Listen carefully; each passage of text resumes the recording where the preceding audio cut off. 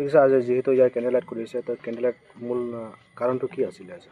চাওক, আজি আমাৰ মূল যিটো কাৰণ বা মূল উদ্দেশ্য, আজি যিহেতু আমাৰ 15 মে' তাৰিখ 1996 চনত 15 মে' তাৰিখত আমাৰ যি বড়ো আৰু আদিবাসী জনগোষ্ঠীৰ মাজত যি সংঘাত হৈছিল, আৰু সেই সংঘাতৰ হোৱাৰ ফলত আমাৰ আদিবাসী জনগোষ্ঠীটো প্ৰায় 10,000 মান মৃত্যুবৰণ কৰিব লগা হৈছিল, আৰু নিজ নিজ মাটি বাৰী এৰি আমাৰ কেম্পত যাব লগা হৈছিলে। আৰু এই কেম্পত গৈ আমাৰ মানুহ প্ৰায় 40,000তকৈ বেছি মানুহ মৃত্যুবৰণ কৰিব লগা হৈছিল।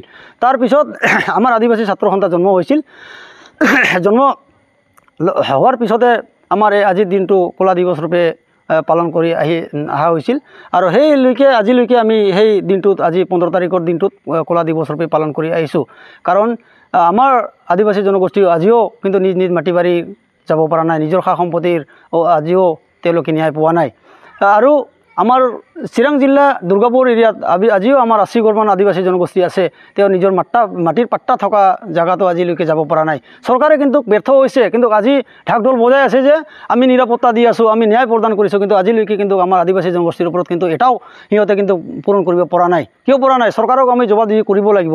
কাৰণ যিহেতু এককালীন সাহায্য আজিলৈকে দিব পৰা নাই। কাৰণ 10,000 টকা দিছিলে, এককালীন সাহায্য 10,000 টকা দিছিলে, আৰু বাকী টকাটো দিম বুলি কৈছিলে। কিন্তু আজি আমাৰ কাউন্সিলৰ যোগেদি দিব বুলি কৈছিলে, কিন্তু কাউন্সিলৰ যোগেদিও আজিলৈকে কিন্তু কাগজৰ নামতহে সিহঁতে আমাৰ যিবিলাক ভুক্তভোগী সেইবিলাক কিন্তু আমাৰ অসুবিধাত পেলাই আছে। কাৰণ এটাৰ পিছত এটা কাগজটো খুজি আছে, কিন্তু টকা পইচা আজিলৈকে দিয়া নাই চৰকাৰক। সেইকাৰণে আজি আপোনালোকৰ মাধ্যমৰ যোগেদি যে মই ক'ব খুজিছোঁ যে অতি শীঘ্ৰে আমাৰ যি জনগোষ্ঠীটোক ক্ষতিপূৰণ হৈছিল, সেই ক্ষতিপূৰণটো এককালীন সাহায্য প্ৰদান কৰে, আৰু নিজ নিজ জাগাত আমাৰ যি মাটি বাৰী আছিলে আমাৰ আদিবাসী জনগোষ্ঠীবিলাক গোষ্ঠীগত সংঘৰ্ষ হৈ ম্যাদী পাট্টা মাটিত আৰু সেই মাটিত যাতে কেম্পত থকা মানুহবিলাকক যাতে সেই মাটিত নিজৰ মাটিত সংস্থাপন কৰি দিয়ে যেন।